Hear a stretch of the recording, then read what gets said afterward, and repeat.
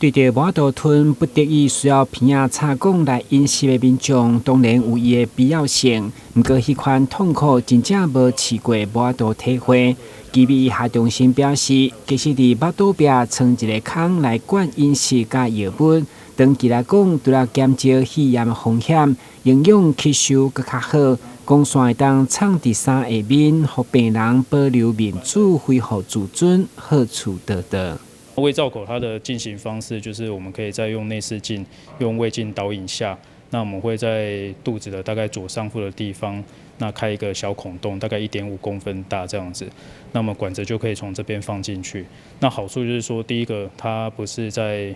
脸上啊，所以对外观上面来讲，不太会有影响。那对于病人的心理啊，或是他的社交，他的心理压力也比较不会那么大这样子。那第二个就是说，他在肚子上，那所以他用简单的衣物把它盖起来。那所以如果说是医师状况清楚的病人，他其实一般的生活上不太会有什么跟一般人会有什么差异这样子。那第二个就是说，那它好处就是说，它半年换一次就好了。那换的方式也不会太困难这样子。那第三个就是它的管径比较粗，所以它可以灌的营养物。相对来讲也比较多这样子。既然有这么多好处，包括欧美甲日本的长照中心9成以上拢看无偏胃管已经是趋势。不过，乃国内30档也无多普遍，医生坦诚文化民情的观念就是阻碍。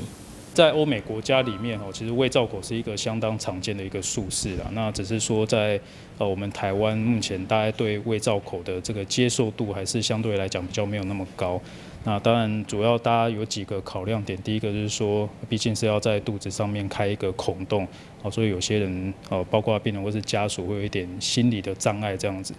那第二个原因就是在说，有时候会怕麻烦啊，毕竟做这个东西是一个小手术，它可能需要住院大概4到5天的一个时间这样子。基比海中心为了打破民众刻板印象，除了详细分析胃造口甲偏胃管的优缺点，嘛以团队合作的模式，呈现团队成立以后帮助234位患者的成果，希望让长辈减轻痛苦、有尊严的生活。台南新闻军及林英光采访报道。